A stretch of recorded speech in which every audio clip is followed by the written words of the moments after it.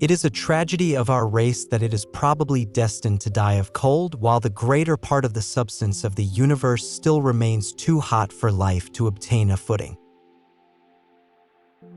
The universe can best be pictured, although still very imperfectly and inadequately, as consisting of pure thought, the thought of what, for want of a wider word, we must describe as a mathematical thinker.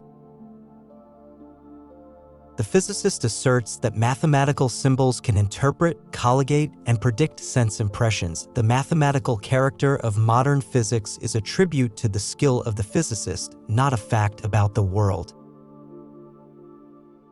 The universe, once orderly, now unfolds in irreversible chaos, a journey from pristine order to cosmic disorder, a symphony revealing the orchestrated design of the cosmos, defying chance and echoing the antithesis of fortuitous occurrence.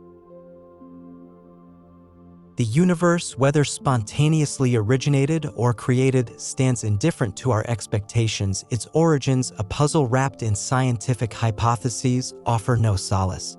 And the notion of a creator provides no comfort in the face of an inherently unpleasing reality. The crucial intellectual query remains: is the creator subject to the laws of physics or exempt from them? Theologians and physicists alike grapple with ancient questions newly clothed in modern physics, oblivious to the historical echoes of these debates. In the transition from physics to biology, life appears as a parochial phenomenon, dwarfed in the cosmic expanse. The purpose of creation, if any, seems elusive, and the anthropocentric view falters in the face of a vast and indifferent universe. The dualism of mind and matter is out of date. Matter has become more like mind, and mind has become more like matter than seemed possible at an earlier stage of science. Science is that sort of knowledge which gives causal understanding, and that this sort of knowledge can in all likelihood be completed, even where living bodies are concerned, without taking account of anything but their physical and chemical properties. To lose faith in knowledge is to lose faith in the best of man's capacities. And therefore, I repeat unhesitatingly that the unyielding rationalist has a better faith and a more unbending optimism than any of the timid seekers after the childish comforts of a less adult age. It is a curious fact that the doubts as to the ultimate metaphysical value of scientific knowledge have no bearing whatever upon its usefulness in relation to the technique of production. The most essential characteristic of scientific technique is that it proceeds from experiment, not from tradition. The experimental habit of mind is a difficult one for most people to maintain. Indeed, the science of one generation has already become the tradition of the next. Electricity, like a jinn in the Arabian Nights, is a patient servant to anyone who knows the right formula. The discovery of the formula is difficult, but the rest is easy. The love of power has displaced traditional values, rendering the modern industrialist more interested in manipulation and exploitation than in intrinsic qualities, ushering in an era where everything is viewed as an instrument for perpetual advancement and control. In the relentless march of scientific progress, the diminishing role of animals and plants in human life reflects the changing landscape of necessity as synthetic alternatives gradually render once indispensable companions and resources obsolete. In a world where food can be chemically manufactured, the fields fall out of cultivation, and man, minimizing nature's role, values what is deliberately caused by human agency. The power to alter oneself becomes inevitable, shaping the species with unpredictable outcomes. The power of self-restoration, evident in heredity and bodily repairs, echoes the logical continuity between embryo development and the adult body's self-preserving quality, revealing a remarkable harmony within similar limits. The child, and even the embryo, will come to be viewed more and more as raw material for the carrying out of some human purpose, as the mentality connected with scientific technique becomes more dominant. Science, speaking broadly, is a tree growing from the soil of animal faith but clipped by the shears of reason. It is the part played by animal faith that modern psychology has begun to understand.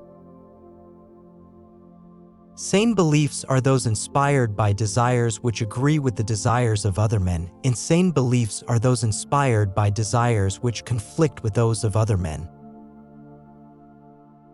Considered scientifically, advertisements have another great merit, which is that their effect, so far as is known through the receipts of the advertisers, are mass effects, not effects upon individuals, so that the data acquired are data as to mass psychology. The great majority of young people in almost all civilized countries derive their ideas of love, of honor, of the way to make money, and of the importance of good clothes from the evenings spent in seeing what Hollywood thinks good for them. Scientific technique transforms individuals into interdependent units within vast organizations. The future scientific society must deliberately structure itself to maximize the benefits of advanced scientific techniques for human well-being. Scientific progress grants governments the power to profoundly alter social structures, surpassing the intentions of past revolutions and enabling the creation of artificial societies. In the scientific society of the future, the justification for individual liberty must be based on its contribution to the good of society as a whole, recognizing that actions, even seemingly personal ones, can have widespread effects in an increasingly interconnected world. Scientific techniques advancement may empower governments to infringe on individual liberty, potentially leading to a disastrous governmental tyranny. As experts gain control over complex matters beyond the understanding of the ordinary citizen.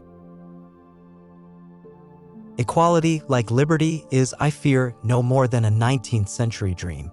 The world of the future will contain a governing class, probably not hereditary but more analogous to the government of the Catholic Church.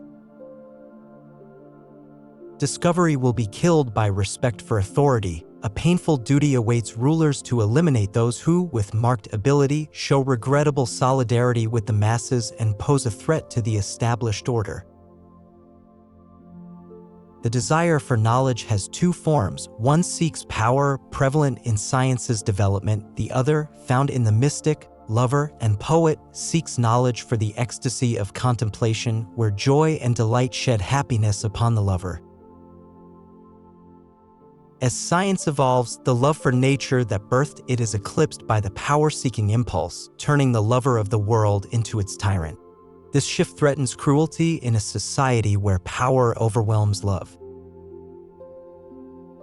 To climb from hell to heaven is good, though it be a slow and laborious process. To fall from heaven to hell is bad, even though it be done with the speed of Milton's Satan.